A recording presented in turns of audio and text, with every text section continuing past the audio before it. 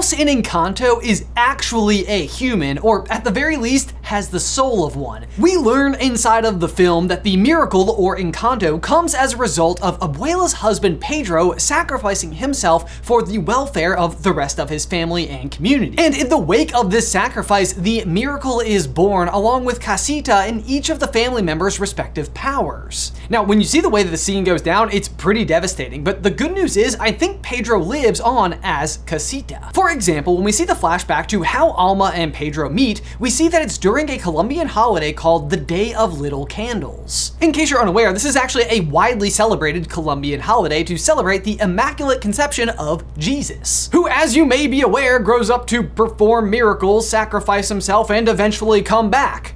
I'm paraphrasing, of course. But the point is, what we eventually see is that Pedro himself is sacrificing himself for the good of others, and this particular action takes shape in the form of a candle, which actually represents a miracle. Like, it all fits together. The only detail that we're actually missing in the film is Pedro coming back, which if in fact Casito embodies the soul of Pedro, then in a way, he kind of does. One of the other pieces of imagery that you may have noticed all throughout the movie is the presence of a golden butterfly. It's pretty much everywhere. You can spot it on Mirabel's dress. Abuela wears a charm of it. It's in Bruno's vision. There is, of course, the giant swarm of golden butterflies at the end of the movie, and it's present when Pedro and Alma first meet.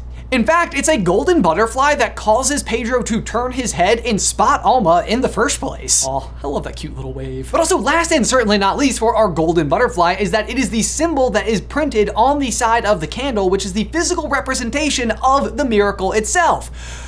Whew, so why a butterfly, you might ask? Well, the answer actually lies inside of the song Dos Oruguitas, which is the song that's entirely in Spanish, and despite the fact that I took 4 years of Spanish, I don't understand every single word, and yet it still somehow makes me sob. But once translated, or if you just understand Spanish better than I do, you'll know that the song is actually about 2 caterpillars that grow on to be butterflies. And translated, the song goes like this: "Don't you hold on too tight, both of you know, it's your time to go, to fly apart, to reunite." The idea here is that both Alma and Pedro need to separate and go into a chrysalis state so that someday they can re-emerge as butterflies and ultimately reunite. And inside of the film, this re-emergence concept is symbolized by the realization that family is at the heart of everything. Pedro himself realizes this that day at the river where he sacrifices himself, knowing that his sacrifice will be for the welfare of everyone else. And as such, he essentially re-emerges instantly as a butterfly emblazoned on the side of the candle that represents the miracle.